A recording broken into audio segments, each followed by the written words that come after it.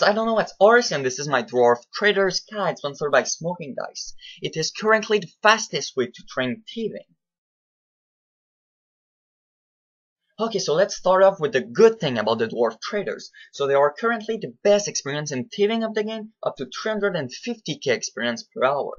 Another very good thing is that they are very easy to pickpocket, so no mouse keys needed, and they are exactly like the Master Farmer, so only one left click to pickpocket them, and you even make profit with them. However, there's one problem with this method, and it's that you really need to have the Thieving Aura tier 3 or 4, otherwise this method won't work for you and you will not get really good experience. So you really need to have the Thieving Aura tier 3 or 4, and because of that you can only train at the Dwarf Traders 1 hour every 3 hours because the aura needs to regenerate. Okay, so now let's talk about the requirements. So you will need at least level 90 thieving and to have the 5 fingers discount aura tier 3 or 4. So to be able to buy the tier 3 you will have to buy the tier 1, then upgrade it to the second tier, then upgrade it to the third, and then finally the fourth. You will also need to have done the quest Giant Dwarf. It's a very easy quest, and I highly recommend to have done the hard task to have the Ardun Clock that will reduce the chance of being caught while pickpocketing, and I really recommend to have level 62 summoning or the Abyssal Lurker that will increase your thieving level. Okay, so the Dwarf Traders are located in the Dwarf City, and the fastest way to get there is to use the Ring of Wealth to go to the Drain Exchange and then run northwest to use the little trap there to be transported to the Dwarf City with minecarts. After that you will simply run northwest and enter the palace and go to the second floor. Okay, so this is the equipment I recommend to have. So of course the 5 fingers discount aura, which is the thieving aura, a black abyss outfit. If you have it, that will boost your experience rate by 2.5%, and it's obtained at the Pyramid Plunder. You can also bring a Ring of Wealth to get there. Ardun Clock is very useful. It must be 3 or plus to the art tasks. You can also bring an enhanced Excalibur to restore your health. And finally, you could also bring a bow without arrows in order to not click on the guard and attack them, so you won't be attacked and it's easier to train. You could also use Gloves of Silence, but I don't really recommend them because you will waste too much time getting them. And for the inventory, I recommend to bring a little bit of food, so only 1 basket of strawberry will be enough. Also recommend to bring an Abyssal Lurker with scrolls to boost your thieving level by 4, and to bring 4 bars of each type, so bronze, iron, steel, mithril, gold, and silver bars. So I will explain later why you must bring them.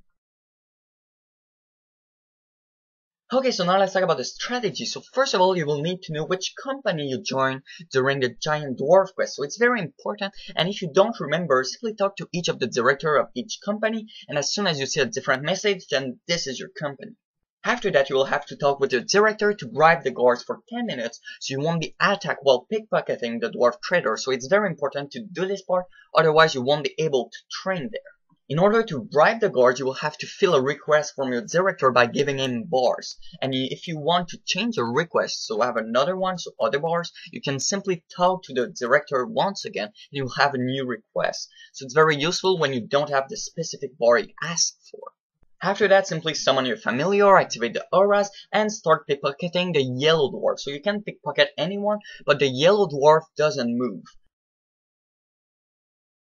Okay, so first of all, talk with your director and then select the third option to bribe the guard. So now I will ask him to bring between 2 and 4 bars of a random metal. And if you want a new task or request, simply talk with him again and you will get a new one, for example 3 bars of steel, give him the bars, then you will be able to pickpocket the traders there for 10 minutes without being attacked by the guard. So that's why I really recommend to do it. You could also lure the guards, but I don't really recommend it. It's a big waste of time. So by pickpocketing the dwarf right there after activating your aura and using your familiar scroll, you will be able to get ores, for example a rennet ore, so it's very good money. And yeah, that's pretty much it. You simply click on them, spam click, exactly like the Master Farmer, but unlike the Master Farmer, the success rate is very low. So even if you have level 99 with the familiar, the Ardun Clock, and the aura, you still fail a lot, but it's very good experience. Actually, it's the best experience of the game now. And yeah, that's pretty much it. There's nothing really to mention. Yeah, and when you're stunned, you can use the time you're stunned to drop the items. And right now I don't really have a lot of space, but after giving the bars many times, you will have a lot of space. Those are the experience rate you can expect while pickpocketing Dwarf Traders. So with the Black Abyss outfit at level 99 with its tier 4 aura, you can expect to get up to 350k experience per hour, which is amazing. And it's about 1 GP per experience, so it's very good money too.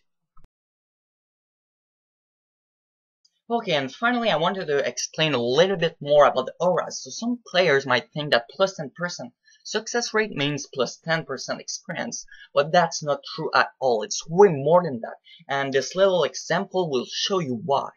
Okay, so this is only an example, and in this example I use simple number to make it easier for you to understand. So the number are made up, but it's only to give you a rough idea why it's more than 10%. So for example, the success pickpocket would take 0 seconds, so I know in game it's more than that, but anyway, for this example it will be 0 seconds and you will get 1 experience. And if you fail pickpocketing, then it will take you 1 second of stun and you will get no experience. And for this example, the aura will boost your success rate by 50%, so it's a total random number. So at the beginning you had a 50% chance to success, and with the aura you will get a 75% chance of success. Okay, so let's start without an aura, so 50% chance of success. So you will try to pickpocket, you will succeed, then fail, then succeed, then fail, for example. So the first time you will succeed, 0 seconds will have passed, and you will get 1 experience. After that you will fail, so 1 second have passed, you will still have 1 experience. You will succeed, so 1 second still, and 2 experience. Then you will fail, 2 seconds, and 2 experience. So you will get 2 experience per 2 seconds. And now with the aura, so 75% chance of success. So you will succeed, succeed, succeed, fail, succeed, succeed, succeed, fail.